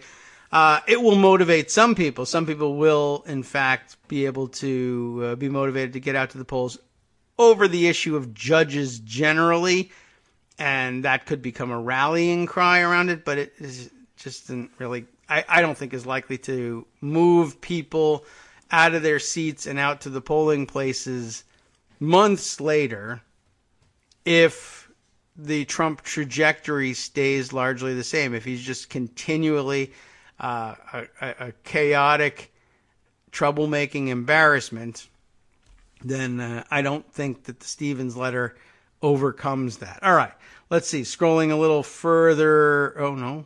Going to scroll back up because the next comment here, the Warlock, asking, what is your reaction to Ingram tweet, the Ingram tweet in this diary? Oh, yes.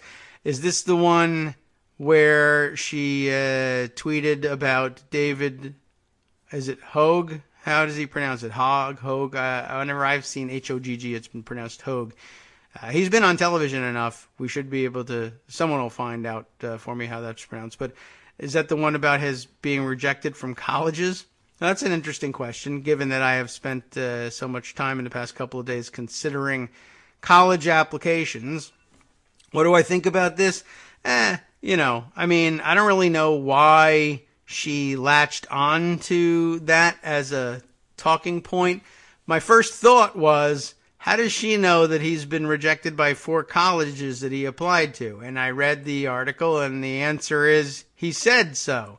So I guess I'm not terribly moved by the comment. It's an easy thing And believe me, sign me up anytime you're going to be doing any Laura Ingraham hating. I'm happy to join in.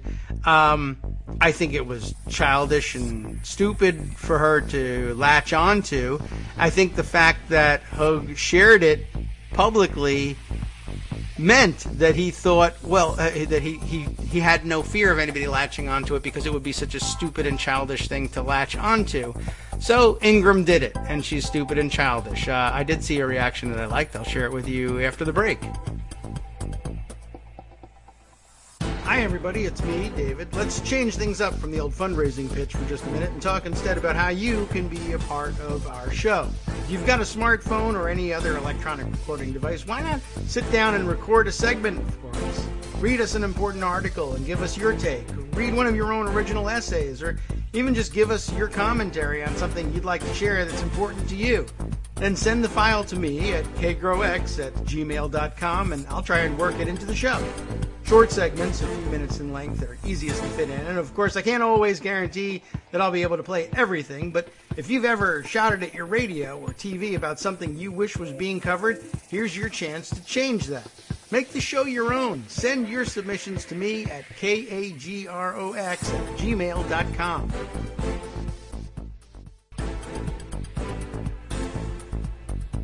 Welcome back to the Kagro in the Morning Show here on Netroots Radio. Back for our final segment before concluding for the day. Of course, we still have Friday to hit tomorrow, so we can catch up on all the stories we've been storing away in Pocket all along. By the way, just hearkening back to the Shulkin op-ed, I see our own Scout Finch, Jen Hayden, tweeting, I think summarizing things nicely.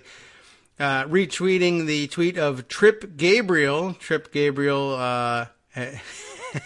identifying himself as a journalism solutions provider at the New York Times. I like that. Just noting Shulkin's op-ed and saying, Shulkin says his skepticism over privatizing the VA was why he was fired.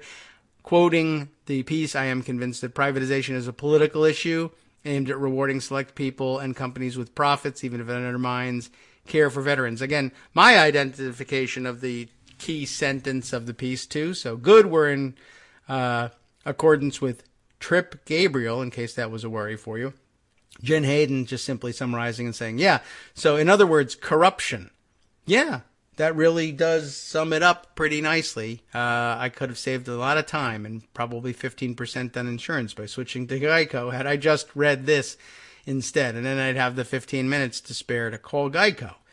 I don't know if it would save me any money, but that's what the television says, and I'm the kind of person who believes whatever's on TV. All right, let's see. I said to you that there was a response that I really did like with regard to Laura Ingram's tweeting about David Hogue having been rejected to some of the colleges to which he had applied. And the one I liked the best, I mean, there were several out there, and the Warlock was specifically asking about this particular diary. Well, he was pointing, at least, by way of giving me background, I guess, to this diary by Melissa S. Webster over at Daily Kos. Parkland student David Hogue responds to right-wing personal attacks. His response, it's okay. I actually like his sister's response better, but his response is, he's just pushing back. Looking for ways to perhaps target the advertisers on the Laura Ingraham show, whatever the hell that is, whoever's backing her, and enlisting the advertisers and asking people whether they might be interested in speaking up and either boycotting those businesses and saying that they're doing so because of their sponsorship of Laura Ingraham or whatever. I'm not an opponent of that tactic. In fact, sometimes I'm an enthusiastic cheerleader for that tactic. I'm just a very bad boycott participant. I don't tend to very often join in the public demonstration part of the boycott, that is contacting the advertisers and telling them I'm actively boycotting their product. Usually, very often it's because I'm not a regular consumer of their product anyway, and I don't really think that it helps that much. It doesn't really hurt that much to tell them that you're boycotting their product. They don't know that you are or aren't a consumer, although maybe I underestimate their surveillance technology. But, I don't think that they necessarily share that with the frontline PR people who are reading it, and all they know is I'm getting deluged by calls and emails saying that they're going to boycott our product, and that worries me, and that's what I report. So you can get away with it, but I tend not to be an enthusiastic participant every time around on things like that. Plus, I very frequently find that things I need to boycott are things that are either, sometimes they're not essential at all to my lifestyle, and nothing happens, and sometimes, I don't know, there's very little that's essential to my lifestyle necessarily, but sometimes the advertisers cast their net so widely that I don't feel like we're necessarily picking out a dedicated conservative actor for action here. Although sometimes those are the ones that are the most easily persuadable with a campaign like this. I have mixed feelings about those things. And mixed feelings then, I guess, about how David Hogue is responding, but I'm not going to get on his back about it. He's a kid, and he's being attacked publicly by an adult with a big communications platform, so I don't worry too much about what he's doing. However, I will say this. I liked that there's a better one out there, and it was written up at Raw Story here.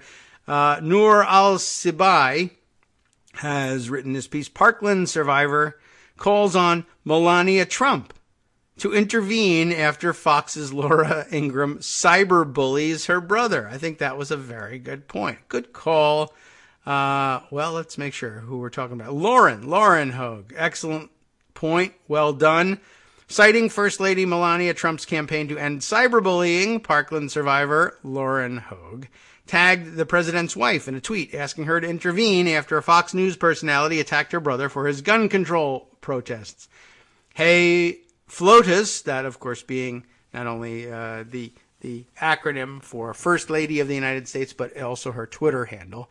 So hey at FLOTUS, the younger sister of highly visible Marjorie Stoneman Douglas activist David Hogue, tweeted, "My brother is literally getting cyberbullied by at Ingram Angle." That's Laura Ingram's Twitter handle. Any comments? She asked. Good question.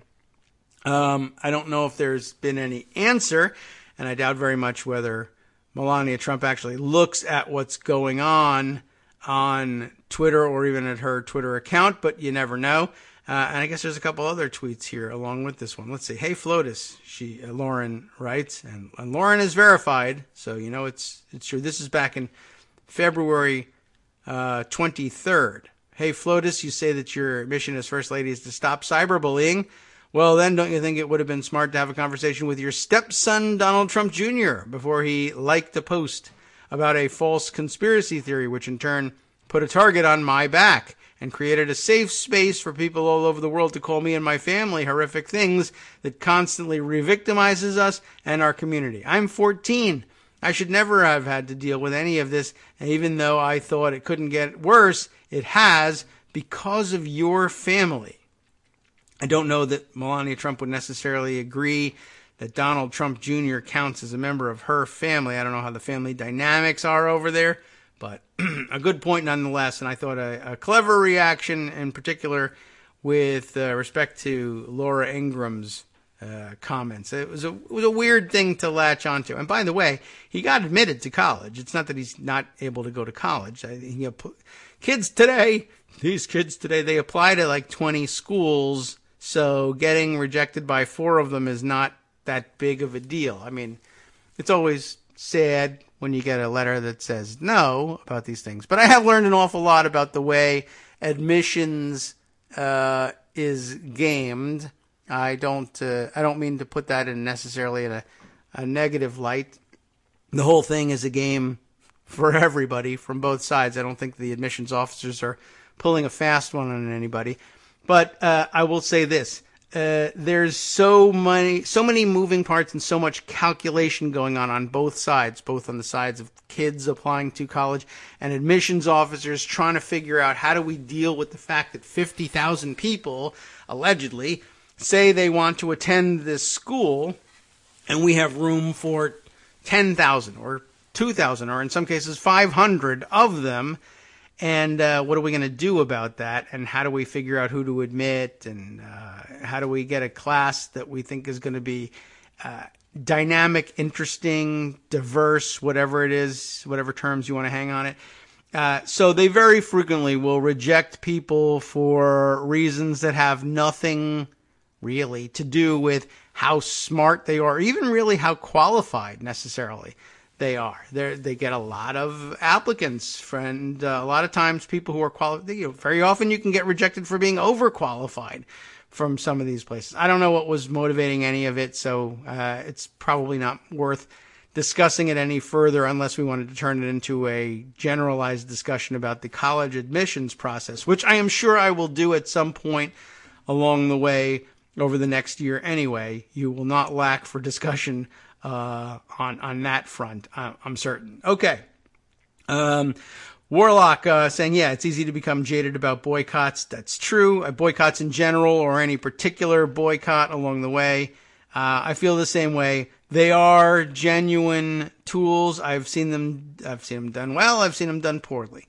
We'll see how this one comes out. I'm not convinced that David Hogue is himself necessarily committed to any particular outcome on this one. It might just be his way of pushing back. All right, let's see. Michael Musson commenting on the Stevens writing. I have a hard time believing. Was it a letter? Was it an op-ed? Was it both? Was it a letter to the editor? I don't know what form it took. I have a hard time believing the Stevens op-ed did any harm. The people that act offended were already set in their opinions. They maintained Obama wanted to take away their weapons despite no evidence at all. And that would be a good day, by the way, for Obama to come for everyone's guns. Just want to throw that one out there. He's probably not that busy at the moment, so maybe he could do that. Let's see. Going a little bit further back in our comments, David Paquette saying, who tweets, by the way, as Sage in RI, as in Rhode Island, in case you'd like to follow along. What luck, he says. The VA needed a new leader, and Trump just happened to have a quid pro quoologist on the White House staff. That's true. He happened to be hanging around in the right place at the right time. Well done. Okay. Let's see. There are a number of other things that were left over from yesterday, some of which I guess we can get to. What else did I open for sharing later today? Oh, something, I guess a good segue might be something I had seen earlier and that Armando sent our way during discussions with Greg and Joan yesterday. And my injecting the college admissions process and tuition issues yesterday and today makes this still relevant. So going back just a little bit, a couple of days, and reviving something that could easily have been mentioned at the time that has been getting more and more recognized, like Frederick Douglass these days. I find this is true. This one really took a couple of days to ripen. But Armando sent me the tweet of Eric Levitz, who writes for, I guess, New York Magazine. And, look at that. He's following along here at on our Twitter feed as well. But he points out the latest from Senator Brian Schatz of Hawaii. This tweet is from March 26th, and I don't know if he was the original source of my having heard about this bill and how Schatz was approaching selling this bill publicly. But I did see this approach mentioned, and I was impressed with it, and it didn't make the show roll any of those days. So now's a good time to bring this back. So Eric tweets, Senator Brian Schatz just introduced a bill that aims to make it possible for every college-ready American to pursue a bachelor's degree without taking on debt for tuition, room and board, or school expenses. I spoke with him about it, and there is an attached New York Magazine article entitled, well, at least the tweet says the title is. Sometimes these things change. This Democrat has a plan to make college debt-free for all. And the teaser, if Brian Schatz's vision is fully implemented, every American would have the option of pursuing a college degree without going into debt. I don't know if that's different from previous proposals of the same sort, which are interesting and, doesn't really answer the question of what are we doing about some of these more, there's nothing you can do about these more exclusive private schools that charge $70,000 in tuition and room and board in terms of making them more affordable. I don't think, although maybe you could do it indirectly by forcing prices across the board down by making these other options more available and more attractive. I assume, I haven't read his proposal, but I assume that if it has anything in common with previous proposals, that is very often about subsidizing or otherwise cutting the costs of attending either community colleges, and some people have developed into a very wise money-saving plan for a lot of students who attend, say, community college for 2 years, get an associate's degree, and then transfer to a 4-year institution for their final 2 years of work toward their bachelor degree and save a tremendous amount of money in so doing. But yeah, does it answer the question of why or should it cost $70,000, even if the real costs are closer to $100,000 a year to attend a small private liberal arts college? That's not likely to change unless, like I said, of course, somehow these colleges restructure their finances because they're just seeing more and more students taking these other options. Because honestly, as rich as the experience of studying at one of these private institutions or a big Ivy League school or anything like that actually is, the quality of the education in many cases, in the main, at private colleges is in many cases pretty closely rivaled by institutions that cost significantly less. That may not be the case at the most elite institutions, and of course some of the most elite institutions bring more to the table than simply the quality of the education, and it has to do with the people you come in contact with. In other words, finding lucky breaks and people who will hold doors open for you is an easier thing to do at some of the elite institutions. That's a matter of privilege, and it happens and will always happen, and there's no way to legislate that away. Anyway, the more important point than how Brian Schatz was going to implement his vision was this one, and it's encapsulated in Eric Levitz's second tweet about the subject, also from March 26th. Here's why Brian Schatz doesn't want to talk about how he plans to, quote, pay for his debt-free college for all bill. That is the go-to, the standard objection to almost anything, not just college, free college bills, as they like to deride them, or even, bills that would help reduce costs or find certain subsidies. It could be about anything. It doesn't have to be about college at all. How are you going to pay for it? That's always the mantra. And I wanted to share this, and I'm sure this is why Eric wanted to share this, and this is why other progressives have been sharing this over the last couple of days. He's staking out a position that we've been, I think, a lot of us longing for, sometimes without even knowing it, for years. And this screen grab from Levitz's own New York Magazine entry here gets to the key paragraph. There are a number of pay-fors out there. If you want to pay for this thing, you should always kind of be prepared anyway. There are a number of pay-fors out there, including reversing the most egregious of the recent tax cuts for the most profitable corporations in human history. That's a great, way of putting it. This is Schatz speaking here, I'm guessing, in a quote. But I just reject the idea that only progressive ideas have to be paid for.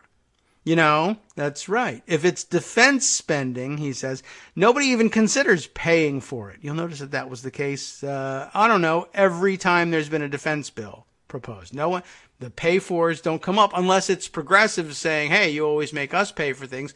When are you going to pay for your defense bill? And they say, shut up, it's national defense.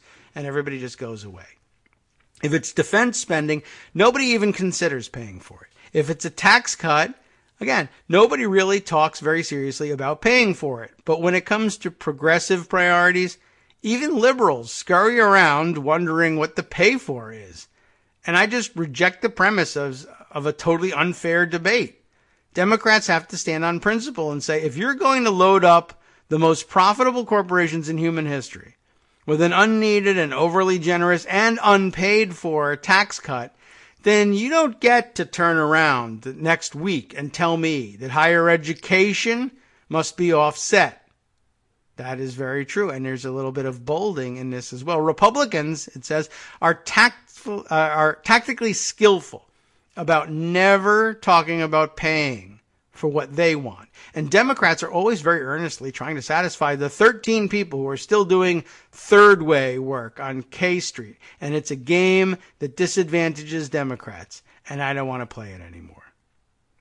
That's pretty good. Of course, the first comment here on the piece is interesting. So who's paying for it? Yeah. That's just part of the hand-wringing game that liberals sometimes play in pursuit of the swing voters in purple districts who still believe that this stuff is supposed to matter. But I think that I think he's stating the case very well, and probably I don't know whether it changes minds or not, but it really ought to. The logic is certainly solid, and I think the politics of it are probably pretty solid too. Why couldn't there be at least a few issues on the progressive side where we say, you know what, Republicans have engineered it so that they get a pass on a few things too, and they're the most expensive things we've got, and they're the only things they care about. Like 100% of their agenda doesn't have to be paid for. So we're going to do this for 20% of our agenda items. It might be one of the more expensive agenda items. So by amount of money that it might cost, it might be a larger percentage. But why not try this out? I think it's a great position and worth discussing. And so I was glad to share it with you. Wanted to make sure that I got it out there. The New York Magazine piece isn't all that, is it? It doesn't look like it's even all that long. It's a pretty short, relatively short interview about it. So I recommend it to you. We're not going to be able to fit the whole thing in and still talk about anything else. And I would like to get to a few other things, including this piece here, which also came from New York Magazine, as a matter of fact. So we're going to spend a lot of time hanging out in New York Magazine on this one. Oh, by the way, increasing number of pieces that I grab off of Twitter direct me not exactly to the original sources of the piece. Like, I'm not at newyorkmag.com right now. I'm at amp.newyorkmag.com, and I've noticed that sometimes the URLs present slightly differently. Is there some sort of news reader service out there that I'm inadvertently giving too much traffic to, that all of a sudden everything has got amp in it, and I don't know what that is, and maybe one of you do. Anyway, not really relevant to the issue, and I can still read it very clearly to you. Funny little piece here by Margaret Hartman. Michael Cohen's attorney, you remember Michael Cohen, the Says Who attorney, Trump's guy. Michael Cohen's attorney may be an even worse lawyer than he is. And that seems hard to believe. From his assertion that marital rape is legal to his insistence that a $130,000 pre-election payment to Stormy Daniels doesn't violate campaign finance laws because he paid it himself, which might actually be a bigger campaign finance violation, President Trump's attorney, Michael Cohen, has offered up ample evidence that he's not the sharpest legal mind. That makes sense, as Cohen was hired years ago to be Trump's ultra-loyal fixer, not an expert in litigation involving the president. However, that doesn't explain why Cohen's attorney and spokesperson, David Schwartz, is doing such a poor job defending his client in the media, unless he was hired to be Trump's fixer's fixer, rather than someone with a good grasp on the law.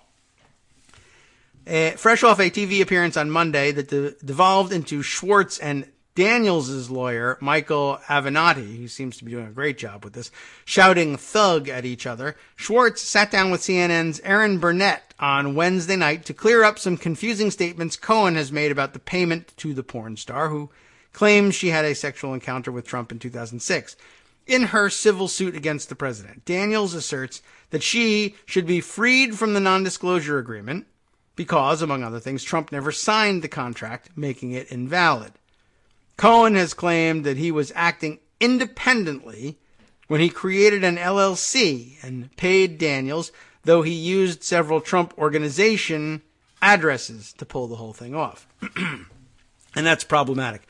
Now, Cohen has been vague about Trump's knowledge of the negotiations, which took place in the final weeks of the 2016 campaign. But Schwartz stated very clearly, Cohen drew up the agreement without informing Trump. And that's why his signature isn't on the document. The president was not aware of the agreement. At least Michael Cohen never told him about the agreement, Schwartz said. Michael Cohen left the option open. That's why he left that signature line, the option open to go to him. He chose not to. He chose to bind the LLC, EC LLC was its name, and Stormy Daniels into the contract. And lots of people commenting on this thing, including Josh Marshall and Renato Mariotti, whose name we've called on the show before, about just how weird this is and the strange problem it presents. Former federal prosecutor Renato Mariotti said this admission supports Daniels' claim that the agreement is void, as it says in the document that only Trump, not Cohen's LLC, can enter into an agreement with her. Mariotti explains it this way in a series of tweets. Michael Cohen's attorney just claimed on CNN that Trump was not aware of the Stormy Daniels agreement or the payment, which means, here's where the problem lies, there's no contract between Trump and Daniels can release the materials. Why would he admit to this on national television? This contract only lists remedies available to DD, that would be the pseudonym that Trump was using, not to the LLC. Under the terms of the agreement itself, only DD can enforce it. If Cohen's position is that Trump is not DD, then unless someone else comes forward as DD, and even if they do, at this point it's problematic because there's a codicil out there that says DD is understood to be Donald Trump. But unless someone else comes forward as DD, this thing is unenforceable and Stormy Daniels can release the materials. Other attorneys similarly appalled. Susan Simpson, who tweets as The View from LL2, says, here's the quote, "My client has agreed to the proposed contract with you. Just sign here and we're done." Psych! Guess what? You actually just entered into an agreement with FU LLC, the Delaware LLC I just created. Man, I can't believe you fell for that. No takebacks, FYI. That's not really the way things work. Cohen's stupid plan could never work, but it's even stupider because Cohen wrote the stupid contract in a way that makes it crystal clear why it couldn't work, specifying that Trump waives his claims against Stormy as material inducements to her to enter into this agreement. And here is the screen grab that shows that part of the contract. Each party acknowledges, again quoting from the agreement, that Stormy is executing this agreement in reliance on Trump releasing certain claims he has against Stormy. Michael Cohen can't offer that. EC LLC can't offer that either. Only Trump is in a position to offer that. So if Trump isn't in the agreement, there is no agreement. Yeah, that's pretty problematic, and I really don't know why